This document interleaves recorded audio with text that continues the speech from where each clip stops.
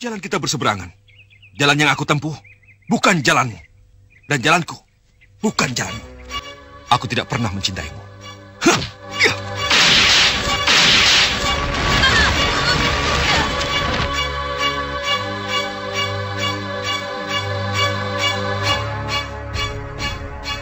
Nyi Waring Ireng. Matamu cukup tajam, Kiai Jabat. Hei anak muda, seberapa kuat ilmumu untuk melawanku? Aku akan mencobanya.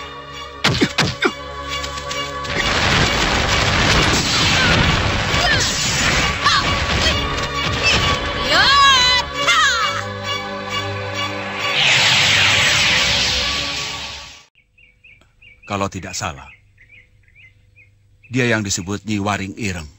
Iya, dialah yang membunuh kakekku 150 tahun yang lalu. Pantas, hati kecilku menyuruh untuk menangkapnya. Dia itu musuh bebuyutan kakekku.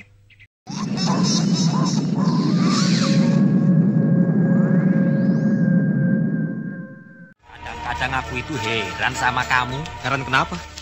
Sudah enak-enak kita jadi tamu kehormatan di desa Karangsinong. Malah kamu pergi. Sebenarnya itu apa sih mau kamu? Apa kamu itu mau berkelana seumur hidup? Mungkin suatu saat aku akan berhenti berkelana. Kenapa aku teringat Kakang Mahesa terus? Apakah aku mencintai Kakang Mahesa? Di awal episode ini, kita menuju pada Ayu Wulandari yang di saat itu kembali teringat pada Mahesa. Sepertinya ia sudah benar-benar menyukai anak sembara tersebut. Namun mendadak dirinya menjadi khawatir, ragu dan bimbang. Sebab wanita yang dekat dengan Mahesa tidak hanya dirinya saja, namun ada Dewi Sekar Arum yang akan menjadi saingannya. Gadis itu pun tidak menyadari kalau sedari tadi dirinya tampak sedang diintai oleh mak lampir dan seraba buta. Siluman buaya itu baru tahu kalau gadis itulah yang bernama Ayu Wulandari atau perawan ontang-anting. Mereka pun kemudian segera mengikutinya, dan seraba buta pun segera menahan Ayu Wulandari. Lalu disusul oleh mak lampir dengan suara tawa jeleknya. Sehingga hal itu tentu saja sangat mengejutkan gadis tersebut. Nenek peot itu pun mengatakan bahwa tempo hari Wulandari masih bisa lolos dari tangannya atas bantuan Kalagondang dan para kiai. Namun untuk kali ini ia menjamin gadis ontang-anting itu tidak akan bisa lolos. Walaupun begitu, Putri Temenggung Martoloyo tersebut tampak tidak gentar. Ia justru menjadi menggebu-gebu hendak menghajar nenek setan tersebut. Kau mau menangkapku?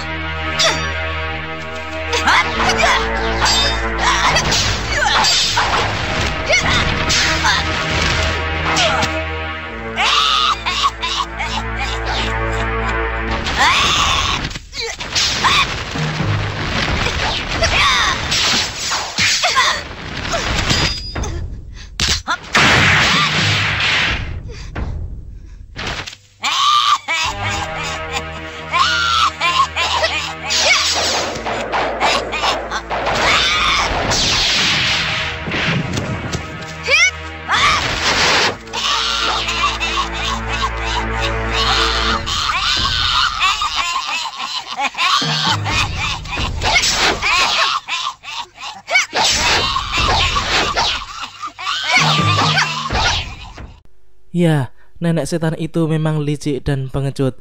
Ia tidak berani mengadu ilmu kanuragan terhadap Ayu Wulandari. Namun ia justru menggunakan ilmu raga kembar warisan Pukulun Kalamercu untuk mengalahkan gadis tersebut. Ayu Wulan sendiri tampak kesulitan menghadapinya. Bahkan ia sudah menggunakan pukulan saktinya untuk menghancurkan bayangan-bayangan mak lampir tersebut, sehingga membuat bayangan-bayangan itu hancur berantakan. Namun tidak tampak satupun dari mereka yang merupakan raga asli mak lampir. Wulandari pun kini tampak waspada penuh karena mak lampir menghilang dari pandangannya. Namun tiba-tiba saja lawannya itu muncul dari belakang dan menghantamnya dengan keras hingga membuatnya terlempar jauh. Namun ada satu bayangan yang langsung menangkap tubuh gadis tersebut lalu membawanya pergi dengan kecepatan yang sulit diikuti oleh mata biasa.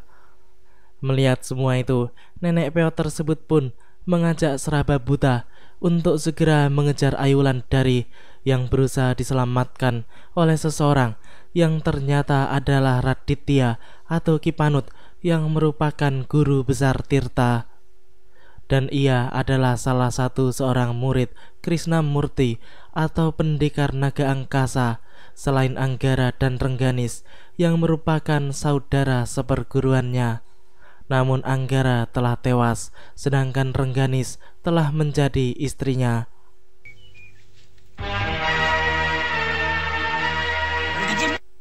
Kenapa kau mencuri buruanku? Mak Lampir, gadis ini bukan binatang buruan. Aku lihat dia seperti orang baik-baik. Kenapa kau mau menangkapnya? Mak Lampir, orang itu yang telah melukai aku. Rupanya kau masih mengenaliku, siluman buaya. Bagaimana lukamu? Apa sudah sembuh? Oh. Aku mengenali bekas pukulan Aji Tapak Nanggala pada tubuh Seraba Buta. Sekarang katakan padaku, siapa kau sebenarnya? Anggara atau Raditya?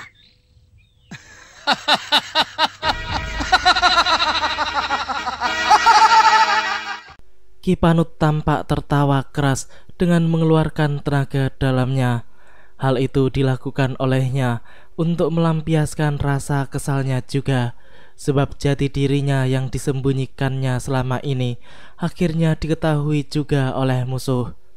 Tubuh Mak Lampir dan Seraba Buta pun kini menjadi bergetar, dan mereka berusaha mengeluarkan tenaga dalamnya agar tidak terpengaruh oleh suara tawa yang sangat keras menggelegar yang dikerahkan oleh Ki Panut dengan tenaga dalam tersebut.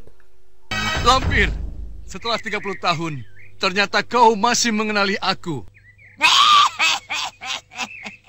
Siapa yang tidak kenal 3 naga angkasa yang berkelahi gara-gara memperebutkan Rengganis? Cukup, kau jangan mengungkit luka lama.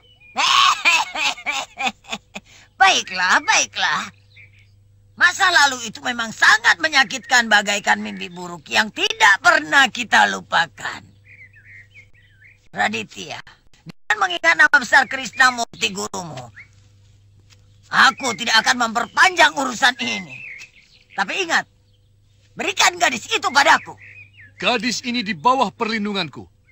Ki Panut pun menegaskan kalau Ayu Wulandari kini berada di bawah naungannya, sehingga tidak ada yang boleh mengganggunya, apalagi mencelakainya. Ketika ditanya untuk apa, Mak Lampir pun tidak mau menjawabnya. Nenek setan itu pun akhirnya meminta Wulandari dengan kekerasan, sehingga terjadilah pertarungan di antara mereka.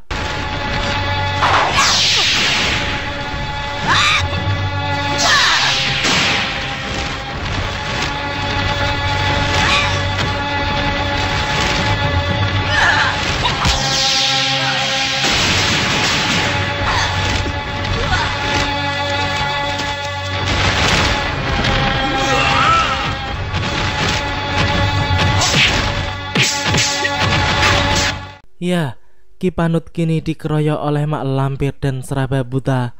Namun hal itu tidak menjadi masalah baginya. Siluman buaya itu sudah pernah dihadapinya, sehingga tidak sulit bagi dirinya untuk mematahkan serangan-serangan lawannya tersebut. Ki Panut pun tidak mau berlama-lama, sehingga ia pun kemudian segera meningkatkan serangannya untuk segera mengalahkan Seraba Buta yang sangat sombong itu.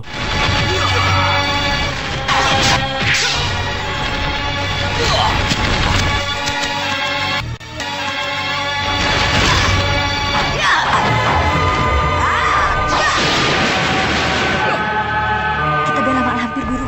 Untuk apa? Mak Lampir itu orang biar saja dia. Mataram lebih menarik daripada membela orang seperti Mak Lampir.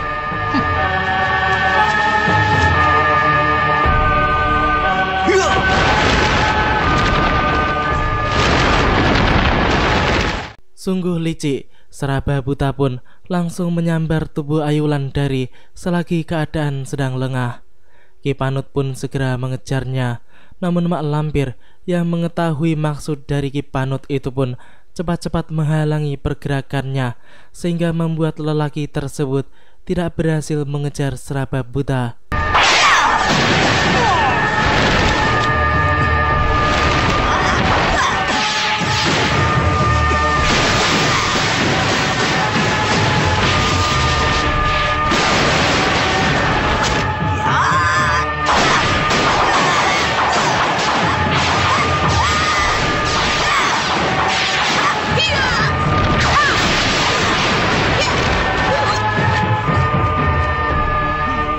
Ya, mendadak saja datanglah Nyi Waring Ireng yang langsung menyerang mak lampir dengan pukulan-pukulan jarak jauhnya.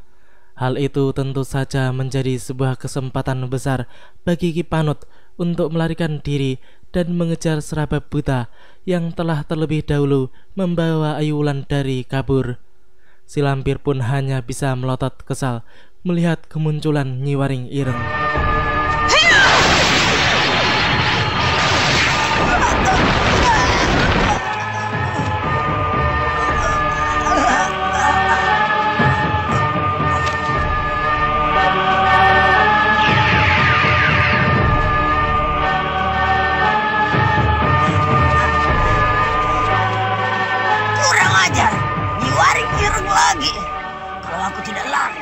Aku bisa celaka. Hah? Ternyata ilmunya bertambah sakti. Hah? Maesa. Kini kita menuju pada Maesa dan Blotong, di mana ketika itu Blotong tampak sangat kelelahan setelah berjalan setengah hari. Maesa pun menyuruh manusia gentong itu untuk beristirahat terlebih dahulu. Namun si Blotong mengatakan bahwa perutnya sangat lapar. Maesa pun tampak kesal. Ia pun mengatakan bahwa perut Blotong memang tidak punya pikiran. Di tempat seperti itu, mana ada makanan? Blotong pun menjawab, mana ada perut yang memiliki pikiran. Perut itu hanya memiliki perasaan. Kalau perut kosong, berarti perut tersebut sedang minta diisi. Di tengah perdebatan mereka, mendadak saja mereka mendengar suara seorang wanita yang meminta pertolongan.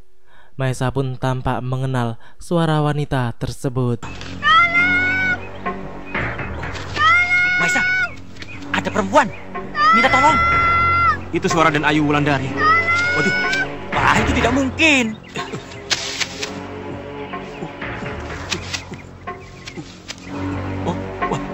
Nah loh, Maesa kemana ini? Waduh, Maesa! Wanita, mosok aku ditinggal. Maesa!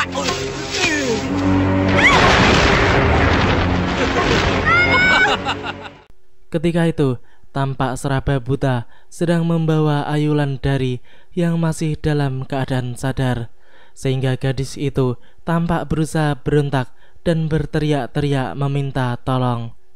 Seraba buta pun tampak tertawa-tawa puas, sebab ia merasa telah berhasil mendapatkan perawan ontang-anting yang sangat diinginkan oleh mak lampir untuk upacara puja saji.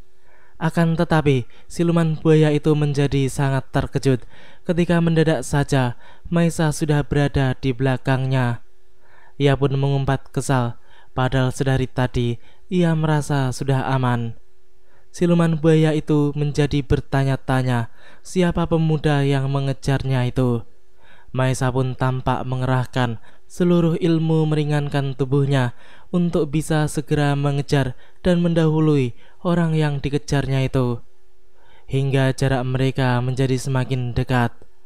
Melihat dirinya sudah tidak mampu lepas dari kejaran Maesa, seraba buta pun kemudian cepat-cepat mendarat dan meletakkan tubuh Ayu Wulandari yang telah pingsan di bawah pohon. Ia pun kemudian segera berbalik menghadapi Maesa. Aku mencium hawa siluman. Siapa dia? Hei anak muda, sungguh berani kau mengganggu perjalananku. Mau apa kau? Maaf Kisanak. Aku tadi mendengar gadis itu berteriak minta tolong. Aku yakin kau pasti telah menculiknya. Ternyata telingamu tajam juga, anak muda. Aku memang menculik gadis ini. Lalu kau mau apa? Aku minta kau lepaskan gadis itu. Apa? Lepaskan? Lepaskan gadis itu. Kalau tidak, terpaksa aku memaksa. Dan alas, kau berani memaksa aku. Rasakan ini.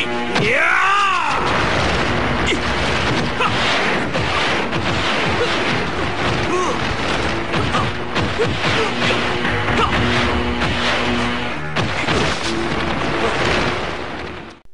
Ya, kini terjadilah pertarungan sengit antara Maesa dan Seraba Buta. Sedangkan Blotong yang terpaksa ditinggal sendirian oleh sahabatnya itu pun kini tampak sangat kecapean. Ia pun menjadi kesal karena merasa Maesa telah tega meninggalkan dirinya sendirian. Di sisi lain, tampak Mak Lampir yang baru saja sampai di markasnya. Di sana ada Ryasoma dan Jabang Sangara yang tampak bingung melihat nenek setan itu tampak cemberut sambil berjalan masuk ke dalam istana. Mereka berdua pun menjadi bertanya-tanya apa yang telah terjadi sebenarnya. Mengapa Mak Lampir pulang sendirian? Kemana Seraba Buta? Si Lampir sendiri menjadi sangat terkejut setelah mengetahui kalau Seraba Buta ternyata belum juga pulang. Jadi dia belum pulang? Iya, sejak dia pergi denganmu, sampai sekarang dia belum pulang. Dan alas, siluman buaya itu aku suruh pulang sambil membawa gadis ontang-anting. Tapi kenapa dia belum pulang juga? Jangan-jangan ada apa-apa?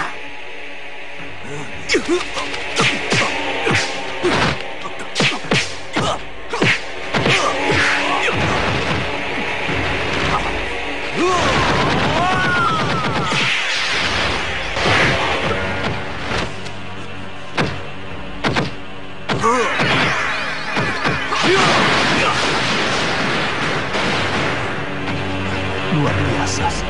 Tandang anak muda ini benar-benar mengagumkan.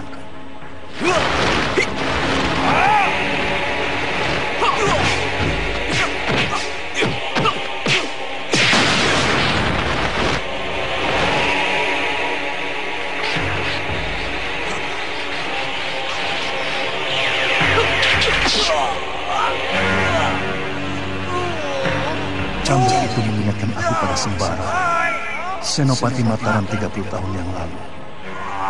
Apakah anak muda ini muridnya?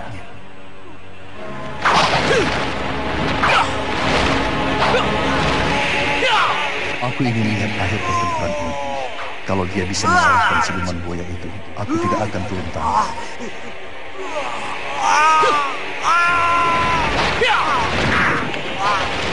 Siluman buaya itu kena batunya. Sekarang tidak ada yang perlu dikhawatirkan lagi. Lebih baik aku pergi.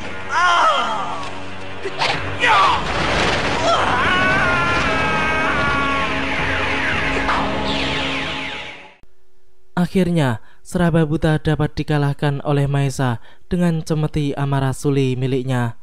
Setelah memastikan bahwa siluman buaya itu tidak muncul lagi, Maesa pun kemudian segera mengerahkan pandangannya kepada Ayu Wulandari. Ia pun cepat-cepat menolongnya.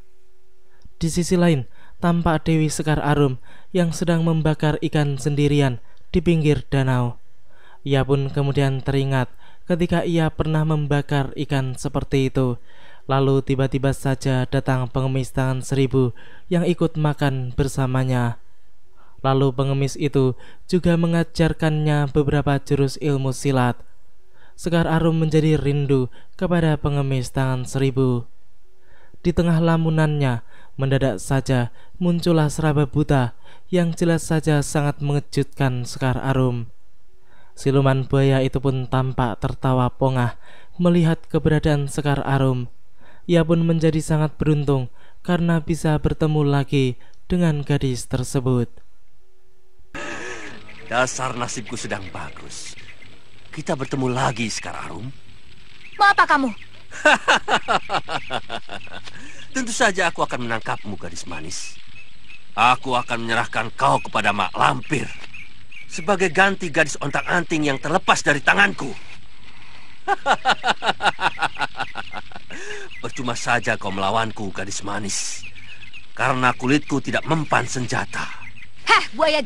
Kali ini aku akan tubuhmu untuk makanan. Kurang ajar.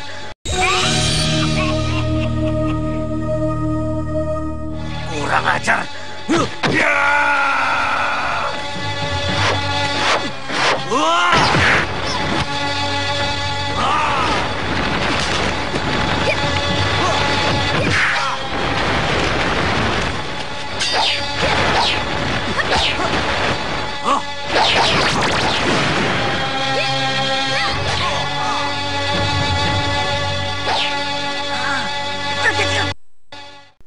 Mak Lampir yang melihat seraba buta bertempur dengan Sekar Arum pun menjadi marah dan kesal. Ia tidak habis pikir mengapa seraba buta malah bertarung melawan Sekar Arum. Mengapa tidak bersama dengan Ayu Wulan Dari? Arya Soma pun mempertanyakan tentang gadis ontang-anting yang katanya dibawa oleh seraba buta. Mak Lampir sendiri tidak mengetahuinya. Ia pun juga bertanya-tanya di mana Ayu Wulan Dari disimpan oleh siluman buaya tersebut. Kini pertarungan seru pun berlanjut. Kebetulan sekali bagi Sekar Arum yang baru saja turun gunung, sebab pertarungan kali ini sekaligus untuk menjajal ilmu-ilmu baru Raja Wali Sakti yang baru saja dipelajarinya dari Nyi Mawar Putih atau majikan Bukit Raja Wali.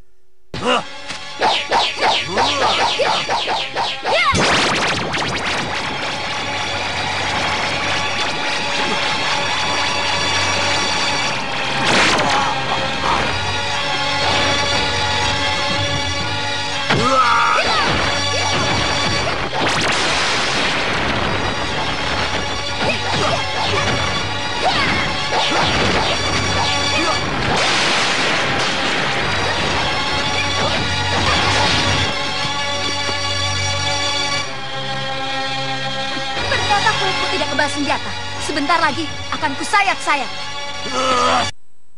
Robek.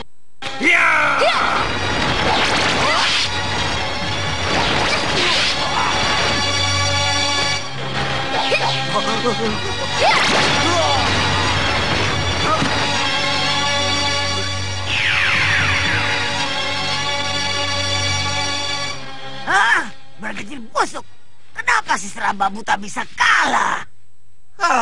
Siluman buaya itu omongannya saja yang besar. Dia telah menghilangkan gadis otak-anting. Biar aku hajar siluman buaya itu. Ya, orang-orang Ruut itu kini menjadi saling memarahi dan menyalahkan diri mereka sendiri. Ternyata Sekar Arum kini telah benar-benar menjadi jauh lebih hebat. Bahkan Raja Siluman seperti seraba buta sudah bisa dikalahkannya dengan cukup mudah. Mak Lampir sendiri tampak heran mengapa seraba buta bisa dikalahkan oleh Sekar Arum. Padahal beberapa waktu lalu gadis tersebut hampir saja mati di tangan siluman buaya itu kalau tidak segera ditolong oleh Raditya atau Ki Panut. Jabang Sangara ketika itu ingin turun tangan menghadapi orang-orang golongan putih. Namun Mak Lampir mengatakan bahwa belum saatnya anak gerandong itu turun gunung, sebab ia masih banyak perlu belajar. Mungkin hanya perasaanku saja. Tapi kok nggak ada apa-apa ya?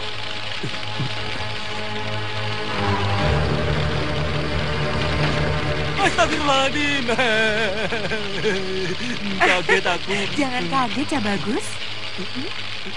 Kamu siapa? Aku. Namaku Dewi Permoni. Aku lihat kau sedang melamun sendirian. Apa kau kesepian? Perempuan ini muncul di bawah utara. Sinar matanya juga menakutkan. Jangan-jangan. Jangan ya. Jangan mendekat ya. Kenapa? Bukankah kamu sedang kesepian? Mari, aku temani. Sebentar.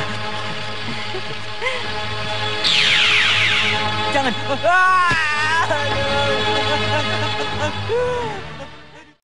Cukup pekat juga Blotong kali ini.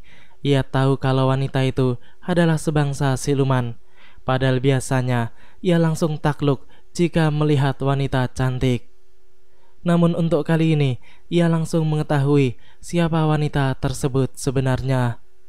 Pemuda gendut itu pun kini tampak lari mencari selamat.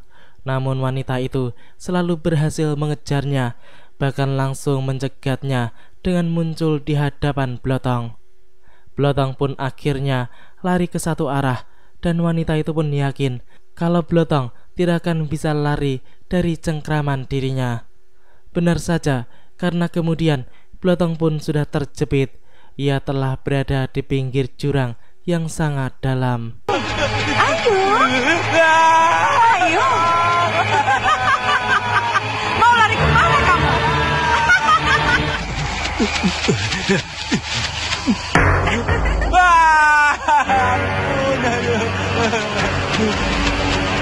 Tuhan, ampun, aku tidak bersalah. Ayo, lari Cah Bagus. Ayo. Lari terus. Ayo, lari terus.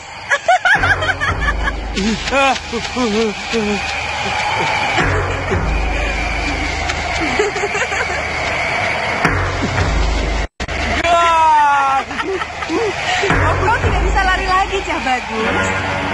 Ayo, ikut aku. Jangan. Tidak bersenang-senang. Jangan mendekat, atau aku akan melompat. Jangan maju.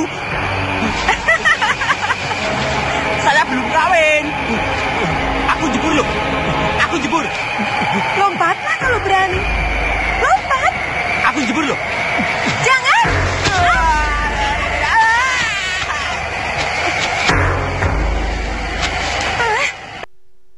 Demikianlah alur cerita di episode kali ini. Nantikan kelanjutan kisahnya di episode yang akan datang. Terima kasih bagi teman-teman semua yang udah menonton. Jangan lupa like, comment, subscribe, dan share. Dan juga nyalain notifnya. Wassalamualaikum warahmatullahi wabarakatuh.